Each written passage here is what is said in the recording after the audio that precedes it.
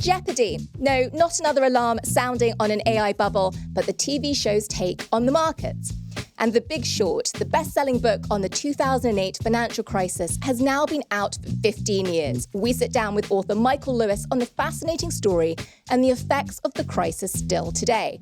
For Friday, October 17th, it's Brew Markets Daily, and I'm Anne Berry.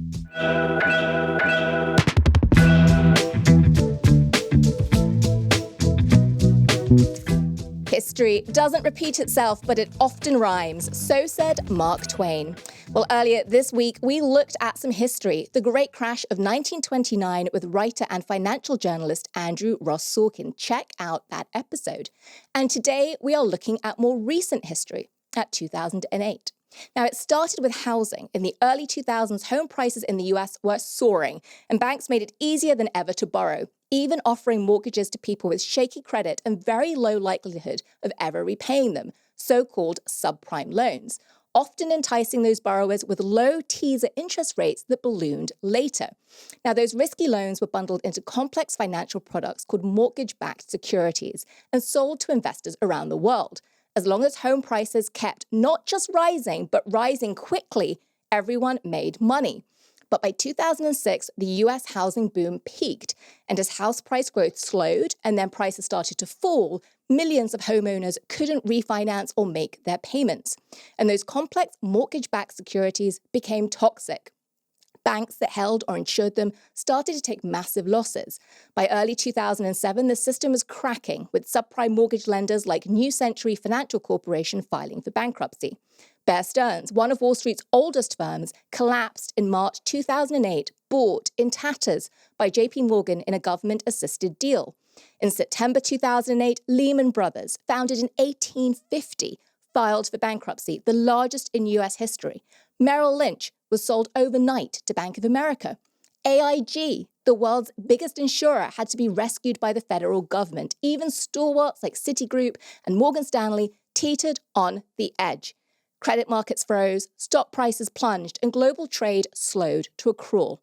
Now, the crisis wiped out trillions in wealth and triggered the deepest recession since the 1930s. The US government and the Federal Reserve coordinated with bailouts and liquidity infusions to stabilize the financial system.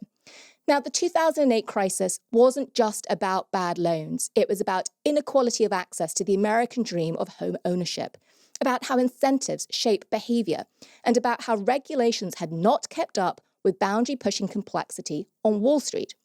One book that shone a light on some extraordinary personalities involved in the crisis with page-turning storytelling and pace was The Big Short. Written by Michael Lewis, author of Liar's Poker, and published in 2010, it has just celebrated its 15-year anniversary. And so we wanted to see which part of history from that book might be rhyming today. So I sat down with Michael. Coming up, our conversation. But first, a word from our sponsor, Capital Group.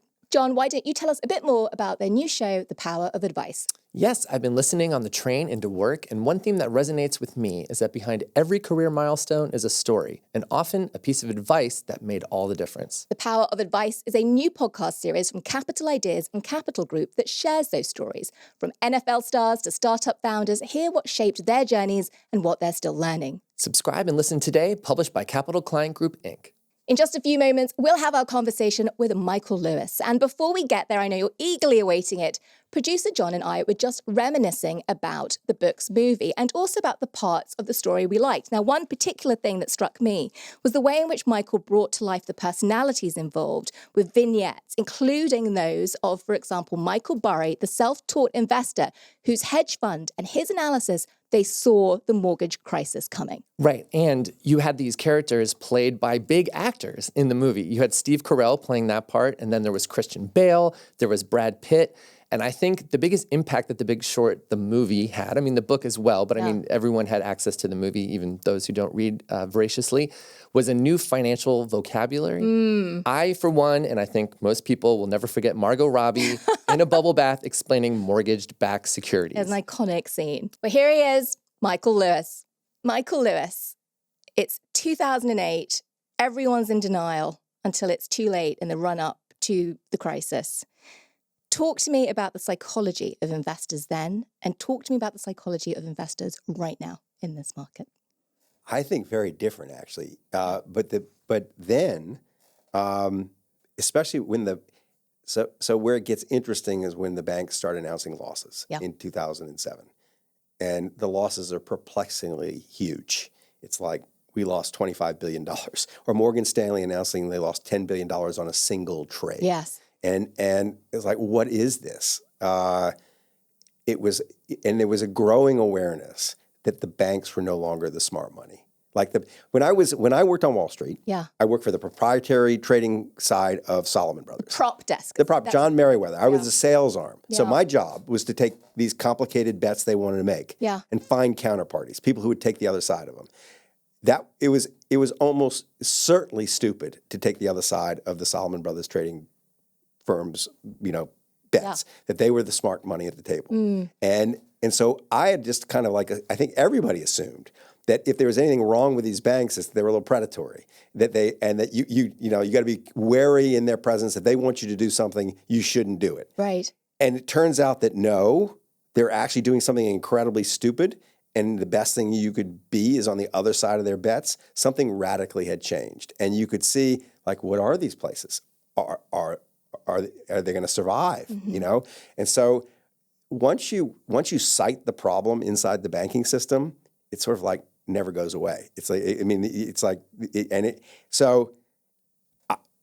I think nobody understood, like, why they had these problems, where this risk had come from. And the other thing was, the other wrinkle to 2008 was, once people figured out, okay, they've made all these bad subprime loans and obviously kept some of them on their books.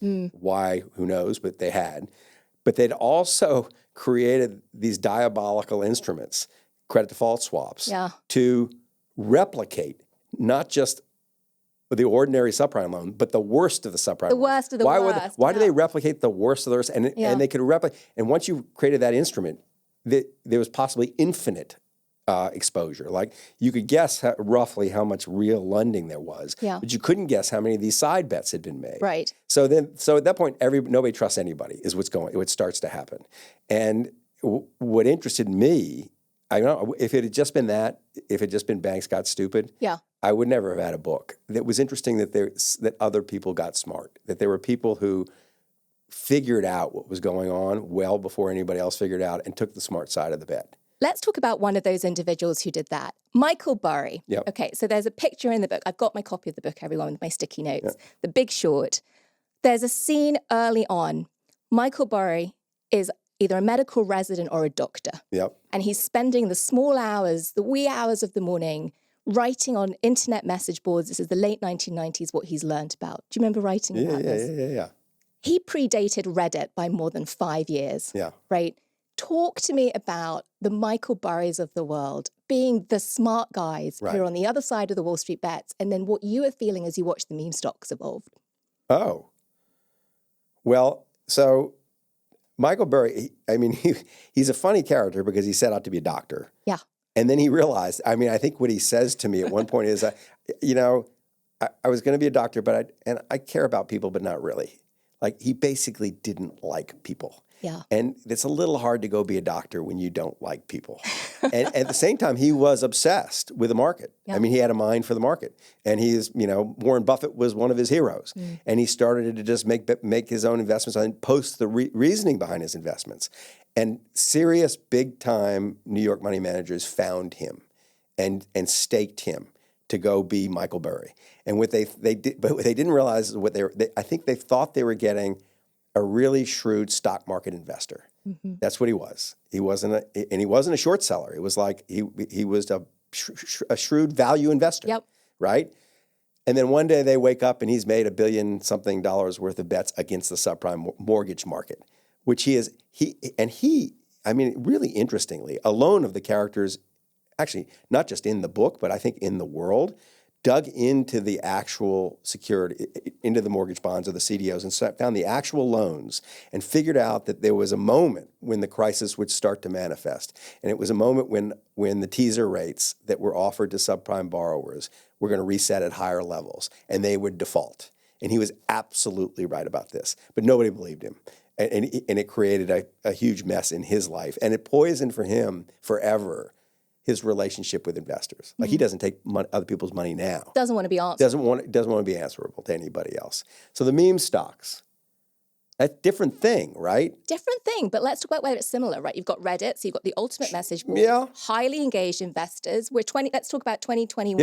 Yeah, but if you put Michael Burry in a room with the meme stock crowd, they'd talk right past each other because Michael Burry thought there was some ultimate truths to be gleaned from numbers. Absolutely. And the meme stock people is like, which way is this herd going? Right. And we can drive it that way. Yeah. It's like it's so divorced from the principles of value investing. This meme stock movement. It doesn't matter what it's worth. It matters where we go. And it's a social event more than a financial event. So that's the difference, right? So Michael Burry is as antisocial a human being as ever walked the earth. Like he doesn't want to be around other people. He doesn't want to talk to other people. His whole social life is lived through email. He doesn't think it matters what other people are doing. It's like what he thinks.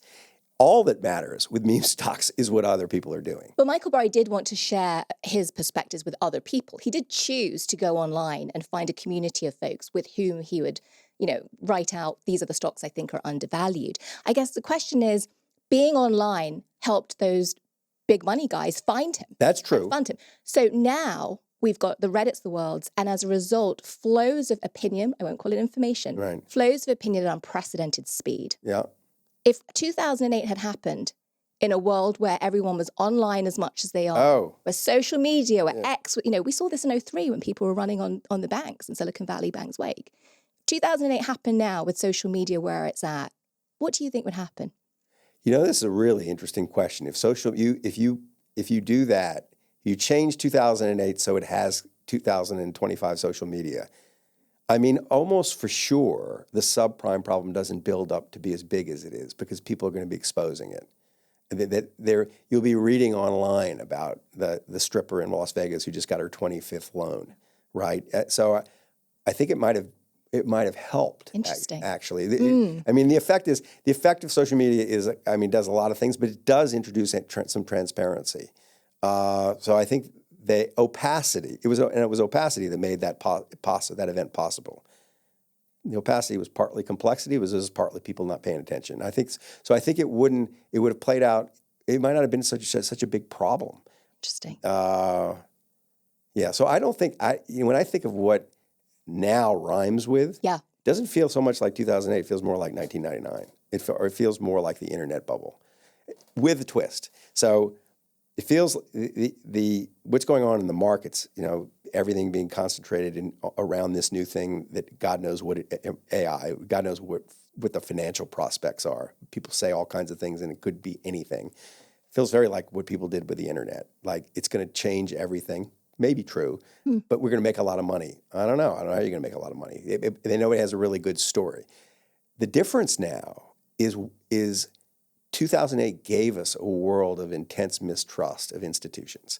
Banks, governments, Bitcoin was born out of 2008, and this mistrust combined with anger about how it played out and the anger that's found our way into our politics has led to an erosion of the institutions. The Federal Reserve right now its independence is really threatened. American finances are much worse. If a crisis happens, it's like, what's going to put it out? I think that's the connection to 2008 is it was the beginning of the erosion of the mechanisms to deal with a crisis. And oddly, because it actually dealt with the crisis pretty reasonably. It stopped the depression from happening, I think. But the political takeaway is you can't trust these places. And what would the coalition look like, right, of big institutions, both private and public sector, to come together? Right now? Yeah. I don't know how it would happen. I mean, there's no coming together right now. If 2008 happened now, would the government have the stomach to do what needed to be done? An unpopular thing. It was an unpopular thing that was good for the people. It's bailouts. The bailouts. They could have been done a little differently. They could have been more personally harsh to some of the people, but broadly speaking, it was wisely done.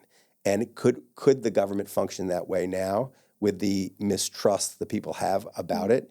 and the way the people who run the government prey on that mistrust, I think it might be hard. So I think that's sort of like what 2008 teed up is a much more difficult next financial crisis.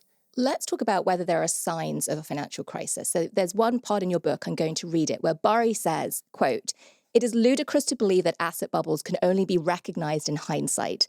There are specific identifiers that are entirely recognizable during the bubble's inflation. One hallmark of mania is the rapid rise of the incidence and complexity of fraud." Oh. Great line. Yeah. Your line. Not my line, it's his line. Your line quoting Barry's line. Which he didn't, he never said to anybody. It's all in emails. He gave me all his emails. All of his social relations were by email. So all his thoughts are recorded. That was one of them. That's such a treasure trove to go through. Yeah. When I read that, a couple of things popped into my mind. I thought of crypto and then I thought of FTX. Yeah. Okay. I thought of vendor financing and I thought of First Brands. Yep. I think of subprime auto loans and I think, unfortunately, now of Tricolor. Are we in an asset bubble? Are these frauds signs of the incidents, of the hallmark of mania? I remember when I read that line of Michael Burry's, I did have the thought, yes, they're signs that you're able to see, not signs I'm able to see. I feel in the movie, the guy who's angry with him for saying there's a bubble, saying you can't see a bubble. That's why it's called a bubble, Michael. And he saw the signs in that case, and he was persuasive. Okay. I would just be very comfortable. Here's the problem with it. I'm uncomfortable with asset prices right now. I personally, in my own portfolio, have done things I've never done before. Like what? What have you done? I own gold. I've owned gold for 6 years. Okay. I've owned a lot of gold. Okay. So when I did it, first I put a kind of toe in the water, and then I thought, actually, I like this. And it started going up, and I liked it a little more. So I did more and more and more. I'm sitting on a huge pile of gold. Right. If you'd told me 10 years ago that I would, in my lifetime, own gold, I would have thought, no way. Why did you go in there in the first place? Why did you go into gold whenever you did 6 years ago? It's a funny story. Yeah, tell me. So my best friend in high school turned Ayn Randian, libertarian, kind of drifted apart. Okay. When I catch up with him, it's during the financial crisis. Yeah. He's left New Orleans. He's sold short the subprime mortgage. He's working in a Bear Stearns fund, but it's far enough away that he's okay. But he makes a fortune in the subprime mortgage, and we start talking again. And he has me over to his house, where he has become a rich person. He has a collection of old Roman coins, and he shows me how they debase the currency over centuries. And then he gives me basically the history of monetary policy, the history of currency debasement.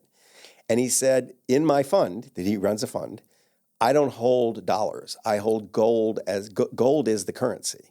And I thought it's an interesting idea. And we started just going back and forth about whether it was nuts to own gold. And he persuaded me that given that I did believe that the United States was not going to get its mind around its hands around its deficits, that we were going to inflate the problem away. I believe that. Why didn't I own something that was historically a great hedge? Now, the other hedge maybe would be Bitcoin, but his argument was that these are all fictions, these are all fantasies. It's a common belief that gold is a store of value. It's only because people believe it that it's true. It could just go away tomorrow. And there's a common belief that Bitcoin is a store of value. Bitcoin can go to zero tomorrow. He said the common belief is stronger and it's got deeper roots than in gold than in Bitcoin. If you're going to own anything, you should own gold. So at that moment, I said, well, I've been talking about that. I'll just get some. Yeah. And so that's part of. I'm sitting on that. Yeah. Sitting on a bunch of Berkshire Hathaway. Mm-hmm. And what is that? That's a huge pile of cash. I was going to say you basically. That's right. Yeah. And defensive stuff. Okay, like Walmarts and all that kind of stuff. Yes. Yeah. Okay.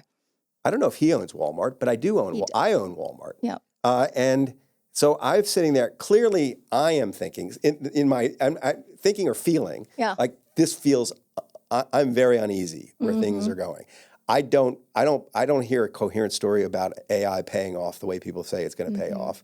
I don't hear a coherent story about how the United States government is going to get its arms around its financial problems. And I see the Federal Reserve being threatened as it's never before been threatened.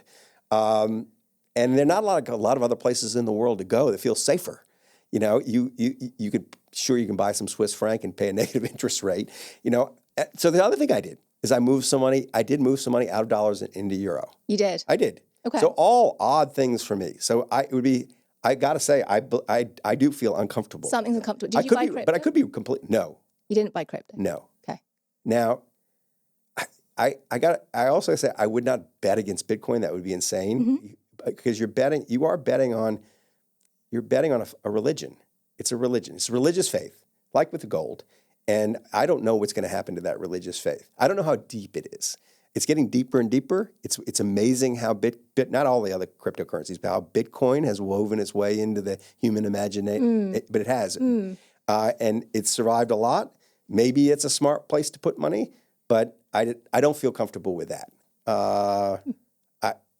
I would not. If you told me Bitcoin would be worth zero in 10 years, I'd say that's possible. Right, but if you equally went the other way, you'd say that was possible. Yes, that's right. Could be $1 million too. I'm curious. A story, question for another time. Is it getting deeper or is it getting broader but shallow?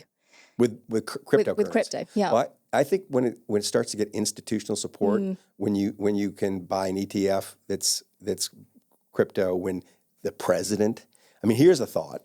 There's a thought that is unsettling, but we now have a president and his family they're very long crypto, clearly, right? Like, I don't know how much of their fortune is tied up in crypto, but it seems like almost all of it at this point. Like, a lot of it. Some golf courses and a lot of crypto. And I don't know what else there is. And I don't know what the golf courses are worth. But we do know the crypto is worth billions. Right now, yeah. Right now. Yeah. Now, what is the best way to make crypto go up? Debase the dollar. We have a president who has a financial incentive to undermine the credibility of the currency. Doesn't mean he's going to do it, but in human history, I don't think we've ever had that kind of misalignment of incentives. I mean, we do. The president has always, of course, has an interest in juicing the economy right before his next election. There's a misalignment there. And that's a tale as old as time. That's a tale that goes back forever. Cycles, you see that. It probably goes back to the Roman Empire. Correct. In some version. But that you actually can jack up your net worth by threatening the dollar that's a whole new thing. Makes me uncomfortable. That's a bold statement, Michael. I will say it's just a fact. Bold perspective. I do want to talk about incentives. Right. You've talked about political incentives and economic ones. One theme in your book, The Big Short, is that incentives drive everything on Wall Street. I learned that from The Big Short. I learned that from the story.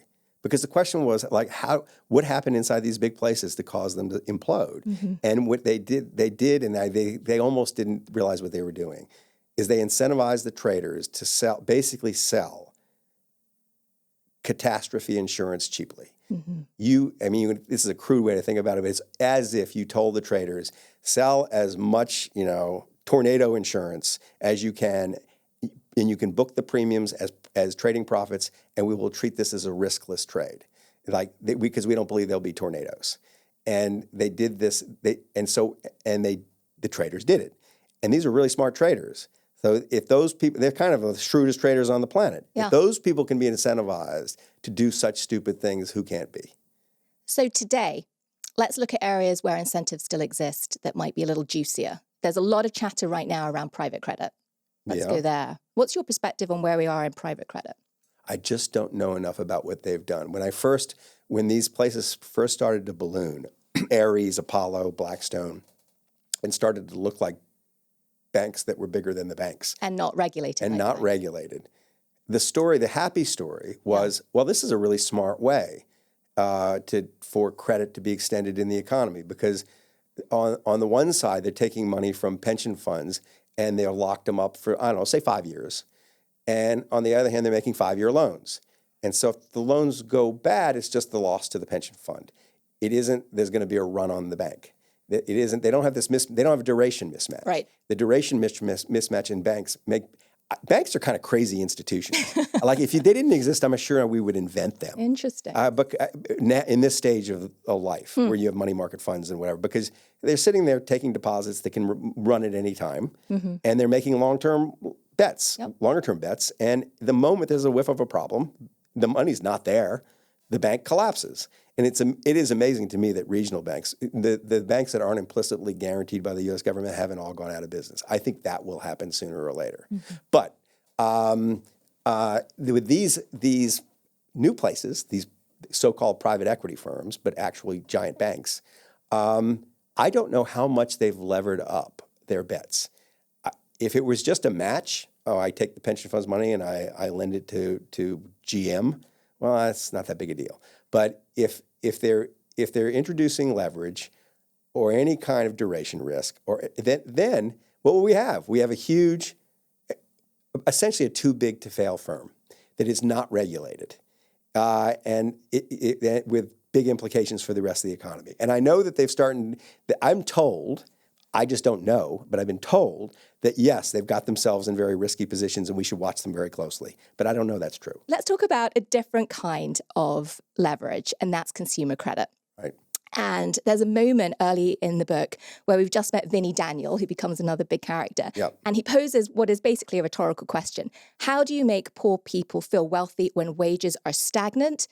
You give them cheap loans. That's right. Talk to me about buy now, pay later. Talk to me about neobanks. We are now in a world where people can get loans that aren't being underwritten in the traditional way. Yeah, no, I'm not following this closely enough to make anybody smarter about it. What is interesting, that the inside of that cluster of characters in The Big Short, that what the subprime mortgage market was a solution to deep problems in a temporary solution to deep problems in the American economy. That the financial expectations or aspirations of the ordinary American exceeded what was actually really possible, and that banks had come in and financialized their lives in ways to kind of create the illusion of a prosperity that wasn't there. And what is leverage? Leverage is it's like living. It's living in assuming a prosperity that just doesn't exist, creating a kind of fiction, a temporary fiction in people's lives. And this was, so I think this is it's still a big deal, right? That we live in an aspirational economy. They're okay for ordinary people, but they're not what people, one of the reasons people are angry is that they look up at rich people and they don't have that, and they're easily temptable. So I wouldn't be surprised if that got out of hand again. I just don't know if it's, what I read in the newspaper, I just don't know if it's true. I'm just not writing about this now. But what I read in the newspaper is that actually the consumer's balance sheet is not that bad right now. Mm-hmm. The American consumer is not the problem right now. I don't know if it's true. When you think back to writing the book and the work that you did, and you take a step back today, you've got kids, right? Who are going out into the professional world, trying to figure out how to build their own financial lives. Yep. What lessons do you hope that they, as young investors and finance professionals, or young people interested in business, what lessons do you hope they learned from 2008? My kid's too young to have learned anything from 2008. But from reading about it. Or so it's really funny. My kids don't read my books. Well, maybe they'll listen to the audio book. But if they were, that's funny. If they saw the movie. Yeah, it's a great movie. Yeah, so there are a couple of big ones. One is basically don't live your life as a financial life. That it's like invest not to lose it, not because you think you're going to get rich investing. It's so that don't make the investment part of your life the primary part of your life. It's like just give it to people who are not going to lose it. Like be conservative about it. And two, that a corollary to this is it is so easy to think you're smarter than a market, and you're not. Mm-hmm. And this applies not just to investing, but like my son and I have been having long talks about sports gambling. Okay. And in fact, for my own podcast on sports gambling, I gave him $5,000 and said, you can go lose it, but you're going to learn a lesson. We're going to put a GoPro on your head and a mic on your lapel, and you're going to go see if you think you're a smart sports gambler, go for it. And he learned, like, oh my God, I'm an idiot. It took him a while to learn he was an idiot. He thought he knew, like, when the Warriors were going to win. And he learns that actually there's a market. There's a reason the price is the price. In the price is a lot of information, and you only have a fraction of it. The odds that you know more than a market are so slim. So the idea of you spinning your wheels a lot to, like, beat a market it's not the best way to go through life for most people. It's kind of a dumb idea for most people. So those two things are really important. Time value of money. Be on the right side of that. In the miracle of compound interest. Invest early, basically. You don't want to don't be a borrower. Be a lender, and to get yourself on the right side of that equation. So broad things like that is what I hope they understand. They do. I think they understand all that. There's one thing that is facing younger people today, this new generation, which is grappling with which professions to pursue when AI, is sort of looming over some of them. And there's one profession in particular that I couldn't help thinking about, which is the accounting profession. When you look at some of the folks in 2008 who figured this out, they had this, in some cases, real sort of forensic accounting background. Yep. They had the skill set to go and wade through incredibly complicated documents and the wherewithal to spend the time doing that. Do you think that the next generation is going to be trained to be forensic, to be able to dig in like that, given that so many AI tools are able to summarize things for them? Because they're not going to need to train to do it, because they know they can just hit a button in the machine and get the output. But it's the digging that actually is where you uncover some of these things. What the AI won't do is ask the right question. It won't say what's going on in subprime mortgage bonds. Yeah. You'll have to ask the question. And so if indeed AI is sophisticated enough to answer the question, it makes it much easier for people to get the right answer. That all they have to do is have the sense to ask the question. Right. And they actually don't need the forensic accounting skills. They just need to have the imagination to ask the question. So I don't think that's a bad thing. The broader question about what you should do with your life, given this technology is going to sort of like eliminate a third of the jobs on Earth, that's a big one. And I don't have a great answer to that. I don't know how you feel. I don't feel threatened by it yet. I don't think it's gonna. I think if you're going to be a narrative nonfiction writer, you're fine.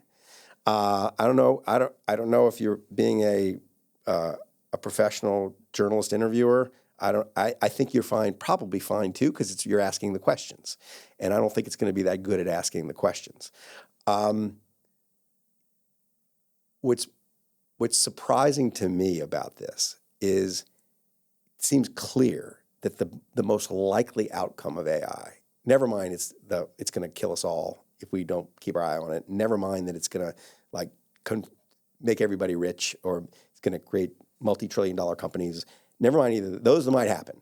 But what seems almost certain to happen is a lot of jobs are going to get eliminated. And the social disruption from that, the anger from that, is going to be incredible. And that nobody's really thinking about what to do about that. When you talk to one of these big companies, the handful of companies that are generating the technology, they distract you from that question. There's a shrug almost. It's like it'll have to get figured out. Yeah, someone will figure it out. Yeah. That doesn't happen, though. Yeah. It doesn't get figured out. And what they do is they redirect to, we're worried about it. It's going to exterminate humanity, and we're worried about that. Oh, the catastrophic outcome. Yeah, but that's not no answer. There's no answer, and I don't care that you're worried about that, because I don't think that's going to happen. I know what's going to happen, and you're not worried about that. Why aren't you worried about that? And so the broader question of like what you tell your kids to think about when they're going into the world. I mean, you should think about this. Like, don't go into some place that AI clearly disrupts. Now, sad, then it was just, what's really distressing is you ask people like Google, what won't it replace? They'll look you in the eye and say nothing, that it will be able to do everything. I don't believe that, but that's what it says. That's what they think. I'm going to ask you one more question about 2008 and The Big Short, and then we're going to talk a little bit about you personally, because that's equally, if not more interesting. I just want to finish on this topic of accountability. There was an article in the Financial Times in 2018 that reported that 47 bankers at that point, 10 years after the crisis, had been jailed for their part in the crisis. I didn't know there were that many.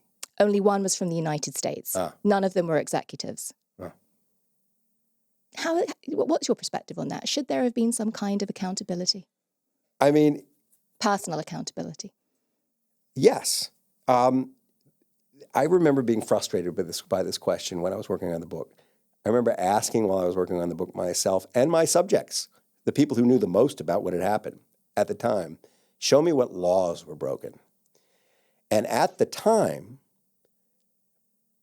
I think they all said we can't identify a specific law, but this is fraud kind of thing. It was that kind of general thing. And it was amazing. It's often true. What's scandalous is not what's illegal, it's what's legal. It's like that the system legally allowed an awful lot of this behavior. However, since then, at least one of these characters has gone back and he thinks he's identified, it's pretty arcane, but like there were reports of subprime mortgage failures that were coming into the big banks that got buried, and they got intentionally buried. He says, I don't know if it's true, that maybe there's stuff like that, but the bigger point is how hard it was to prosecute these cases. I don't know if you remember, but federal prosecutors tried to jail the first Bear Stearns traders who went down. And do you remember the result of that? Do you remember? Well, first, they didn't win. First, they didn't go to jail. Not only did they not go to jail, but when they interviewed the jurors coming out, they were like asking for the Bear Stearns traders' number because they wanted to give them their money to invest. It was a legal catastrophe. And I think prosecutors looked at that and went, this is so complicated. Why are we doing this? Why we can't do it's so complicated we cannot sell a jury on any of this. So it's not that prosecutors are not ambitious. It was just really a hard case to make. But you're absolutely right that one of the reasons we're living with this anger that's still from the financial crisis, it's still there, is that people feel there was no justice. There's no fairness. And arbitrarily lynching a few of these people, I mean, might have actually been, in the end, better for the society. What you just described literally reminds me of a chapter in a book I also just finished reading, which is Andrew Ross Sorkin's new book, 1929, on the really Great loved Crash. It. And there is literally a scene in there that I'm thinking of as you're speaking now, Michael, where Charles Mitchell is taken to court and the government is trying to sue him to prove that he'd committed fraud. Yep. The jury unanimously clears him. Yep. And the prosecutors are going, how could this have been? How could this be the outcome? I mean, so it's extraordinary to hear you now talk about very this similar. case. It's very incredible. So when I spoke with Andrew, I had read that he's a big fan of yours. And I asked him what he would ask you if he was sitting in my seat right now, particularly having now written this book on 1929.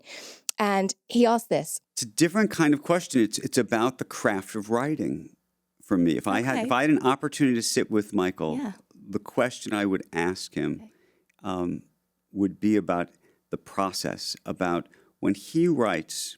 There's some people who I say they splatter things down on the page and then they go and try to fix it. Meaning they try to get everything out of their head and put it on the page and then they edit it.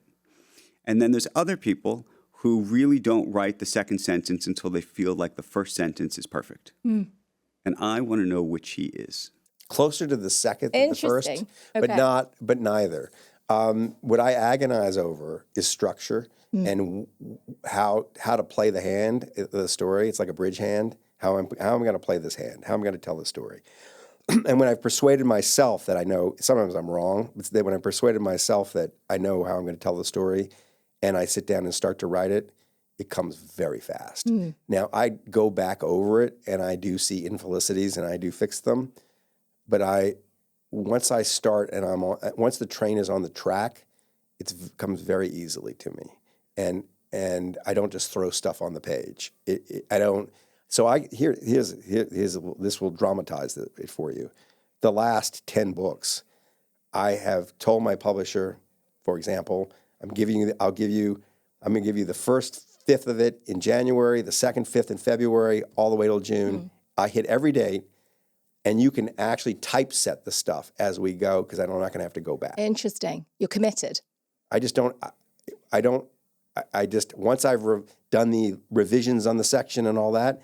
And I've structured the book. I don't have to go back and fix it. I've never had to go back and fix it. I never so that it's like I think of another analogy is fresco painting. The way they painted the chapels in Florence in the 14th century or 15th century. They throw up the wet paint for that day's painting, and they had to know exactly what they were going to do that day, and then it dried, and they couldn't do anything about it. So it's like that. I have to plan it very carefully in advance, and then it moves very fast. In the writing of it, it moves very fast, and it's very clean.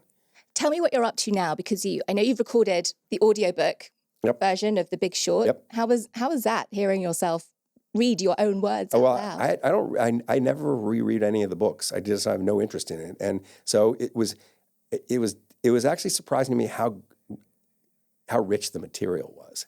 That's what, you can only do, you're a chef. You only do what the ingredients let you do. And how good the ingredients were, it was really nice to see. Like, oh, wow, that was a great story. It was like great to have that kind of material. And I'd done this with Liar's Poker 2 years ago, and that I was actually kind of offended by in places. Like, oh, this was the work of an amateur. I was 27. I was figuring out how to write a book by writing a book. And it had its virtues, but it was not nearly as clean as this one was. So that it was a kind of a pleasant experience reading this one. And now I'm in the middle of another one, but I never talk about them while I'm doing them. Okay. Comes out, we can talk about it in a year. We absolutely have to come back. And you've got your podcast as well, which you've got going on. Just in your podcast, where we go find it. Tell us about that for a second. The podcast called Against the Rules. It exists for 6 years. And we do this and that in it. In this case, we've done 7 episodes looking back on the financial crisis. And it opens, the first one dropped yesterday or 2 days ago, and it was just me talking to Adam McKay, the filmmaker, about how he took this book and turned it into a movie, because that was a miracle. Brilliant. Everyone go check it out. The book, the movie, the podcast, the audiobook. It's a fantastic story. And again, there are lessons to learn as we continue to muddle through these markets. Strange times. Michael, thank you so much for joining. Total pleasure. Appreciate it. Huge thanks to Michael Lewis for joining us. We hope he comes back. The Big Short audiobook, narrated by the author, by Michael himself, is available wherever you get your audiobooks. Well, it's 4 p.m. on the East Coast. There's the bell. The market's wrapping up for the day. John, what caught your eye this week? All right, this is a little bit different. This is a little fun going into the weekend. Yes, and this week on Jeopardy, do you ever watch the Jeopardy show? Occasionally, usually in the back of a taxi. Sure, exactly. Yeah. Okay. Well, this week I caught on Tuesday, they had a category called stock symbols. And so I'm just going to run down these, all right? So for 200, these are from Jeopardy. We'll have a little fun here. Okay. Not Ali. Just this is the symbol for the China-based holding company that began trading on the NYSE in 2014. Do you know what symbol that is? Not Ali. Yeah. It's Alibaba. It's Alibaba. But I thought the not threw me. I know. The not threw me. Okay, 400. These are going to get harder. As part of its rebranding in 2022, FB became this new 4-letter stock symbol. Yes. Meta. Got it. All right, $600. This one we've talked about on the show. Fun is the provider of fun that operates 40-plus amusement parks and water parks across North America. Is it Six Flags? It's Six Flags. Woo! All right, we're almost done. 800. A leader in wealth management, MS, is this company that's been around since the 1930s. I think it's Morgan Stanley. You are correct. And finally, for $1,000, in the early 1900s, it began trading under a symbol using all 3 of its initials. Today, it's down to just T. And it's AT&T. And do you know how I know this? Other than the fact that I was very, very lucky to have a conversation with the CFO of AT&T, so I had to prep. Our social video producer, Tariq, explicitly said this is his favorite ticker because it's the first letter of his name. That's right. And sometimes around the office, we call him T. We do just call him T. That's it, folks. Have a fantastic weekend. That's it for today's Brew Markets Daily. Brew Markets Daily is hosted by Ann Berry and produced by John Crotteau, Tariq Abdellatif, and Emily Milliron. Technical direction by Uchenna Nwaogu and Loni Fiscus. Booking by A.B. Silver. The president of Morning Brew Inc. is Devin Emery. Wake up on Monday with the Morning Brew newsletter and tune in to Neil and Toby on Morning Brew Daily. We'll see you back here on Monday, same time, same place.